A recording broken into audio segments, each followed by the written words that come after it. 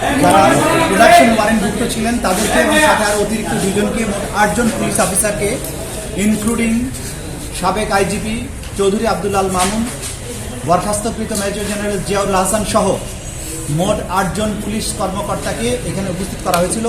এর মধ্যে শুধুমাত্র মেজর জেনারেল জিয়াউল হাসানই সামরিক কর্মকর্তা।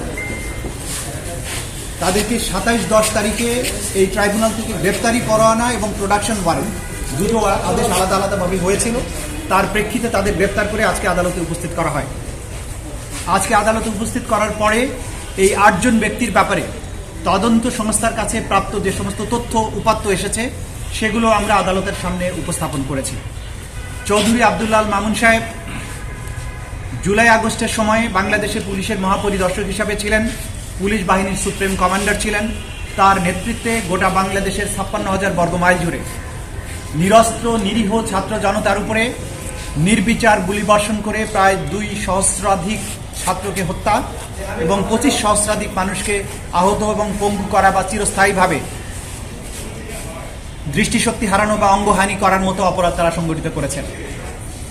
সেই কারণে চৌধুরী আব্দুল আল মামুন সাহেবের বিরুদ্ধে superior command responsibility, planning, preparation, order, complicit এই সমস্ত বিষয়ে আইনের যে সমস্ত ধারাগুলো প্রযোজ্য তার ক্ষেত্রে সেই বিষয়ে তার বিরুদ্ধে অভিযোগ তদন্ত সংস্থা দিয়েছেন। সেই অভিযোগে আমরা বলেছি তাকে তদন্ত শেষ না হওয়া পর্যন্ত গ্রেপ্তার রাখা প্রয়োজন। বরখাস্তকৃত মেজর জেনারেল জিয়াউল হাসানের ব্যাপারে আমরা বলেছি যে তিনি প্রথমে র্যাবে, বিভিন্ন সময় র্যাবের বিভিন্ন পজিশনে, সর্বশেষ এনটিএমসির ডিজি হিসেবে চাকরিরত ছিলেন। তিনি বাংলাদেশের গুম, এনফোর্সড ডিসঅ্যাপিয়ারেন্স এবং এই গুমের পরে নিয়ে গিয়ে তাদেরকে যে পৈশাচিক অত্যাচার, তারপরে হত্যা করে লাশ বিভিন্ন জায়গায় ডিসপোজাল করে দেয়া, এই কালচারের জনক হচ্ছেন তিনি। তিনি বিভিন্ন সময়ে এই আওয়ামী লীগ সরকারের আমলে যারা বিরোধী দলের থেকে কথা বলার চেষ্টা করেছে, ভয়েস রেজ করার চেষ্টা করেছে, তাদেরকে একের পর এক পরিকল্পিতভাবে অপহরণ করেছেন, গুম করেছেন, বছরের পর বছর আটকে রেখেছেন। সেখানে তাদেরকে নিয়ার ডেথ এক্সপেরিয়েন্স দিয়ে এমন নির্মম অত্যাচারের মাধ্যমে তাদেরকে আটক রেখেছেন। তাদের মধ্যে বহু মানুষ আজও ফিরে আসেনি। তার নেতৃত্বে বিএনপির নেতা ইলিয়াস আলীকে অপহরণ করে হত্যা করা হয় বলে আমরা জানতে পেরেছি। এছাড়াও আরও অনেক নাম জানা এবং নাম না জানা অনেক মানুষকে অপহরণ এবং অত্যাচার, নির্যাতন করার অভিযোগ তার বিরুদ্ধে আছে। তার পৈশাচিকতার যে স্ট্যান্ডার্ড, সেটা কেবলমাত্র 90-এর দশকে বসনিয়া হার্জেগোভিনায় সার্বিয়ান বাহিনী যে অ্যাট্রোসিটি চালিয়েছিল, যে গণহত্যা চালিয়েছিল, যে ধরনের অত্যাচার করত, সেই অত্যাচারের সাথে আমরা তুলনা করেছি। বসনিয়ার তদানীন্তন সেনাপ্রধান ছিল রাদোভান কারাজিচ এবং তার আরেকজন অফিসার ছিল রাটকো মলাদিচ। তারা যে ধরনের, তাদেরকে বলা হতো বলকানের কসাই বলা হতো তাদেরকে। আমাদের এই বলকানের কসাইদের মতো বাংলাদেশের কসাই হিসাবে এই জিয়াউল হাসান হত্যাকাণ্ড থেকে শুরু করে অপহরণ, নির্যাতন, গুম এগুলোর সাথে জড়িত ছিলেন। তার বিরুদ্ধে সুস্পষ্ট অভিযোগ এসেছে। তার বিরুদ্ধে জুলাই আগস্টের যে গণহত্যা এবং মানবতা বিরোধী অপরাধ, তার বাইরেও বিগত সরকারের পুরো সময় জুড়ে বিভিন্ন সময় তার দায়িত্ব পালনকালীন সময়ে যত গুম হয়েছে সব গুমের অভিযোগের তীরটি তার বিরুদ্ধে গিয়েছে।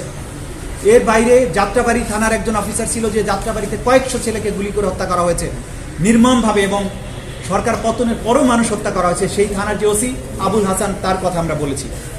সাভার অঞ্চলের একজন এসপি, একজন এএসপি, একজন ওসি, যারা আশুলিয়াতে 6টা ছেলেকে গুলি করে হত্যা করার পরে লাশ ভ্যানে মালপত্রের মতো এরকম চ্যাংদোলা করে প্রথমে রিক্সা ভ্যানে উঠিয়েছে, পরবর্তীতে পুলিশের ভ্যানে তুলে পেট্রোল দিয়ে আগুন জ্বালিয়ে তাদেরকে পুড়িয়ে নিশ্চিহ্ন করতে চেয়েছে।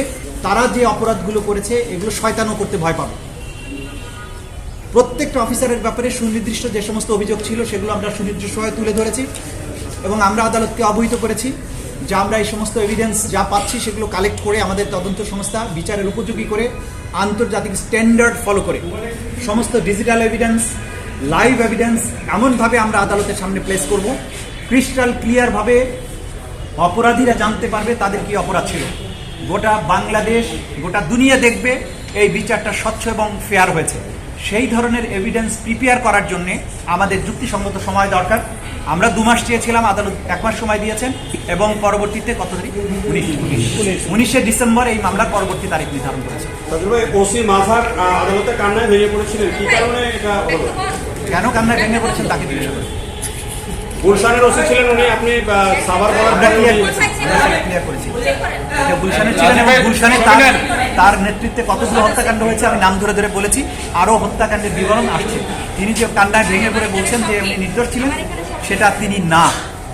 সব অপরাধী বলে যে আমি নির্দোষ। তিনি সাক্ষ্য কথা বলেছিলেন, সাক্ষ্য কথা বলেছি। আর কোনো প্রশ্ন না থাকলে আমি- তিনি সদস্য ছিলেন। ডিফেন্স থেকে একটা অভিযোগ করা যাচ্ছে, সেই কি জটিলতা হচ্ছে? কোনো জটিলতা নেই। তারা একটা আবেদনপত্র জমা দেওয়ার চেষ্টা করেছেন, তারা আবেদনপত্র প্রপারলি দিতে পারেনি। তাদের আবেদনপত্রটি নট ইন ফর্ম এবং তারা ওকালতনামাটাও দিয়েছেন নট ইন ফর্ম। সেই কারণে যথাযথ প্রক্রিয়া অনুসরণ করে যখন অ্যাপ্লিকেশনটা জমা দিবেন তখন এটা আমাদের হাতে আসবে, তখন সেটার ব্যাপারে আমরা রেসপন্স করব।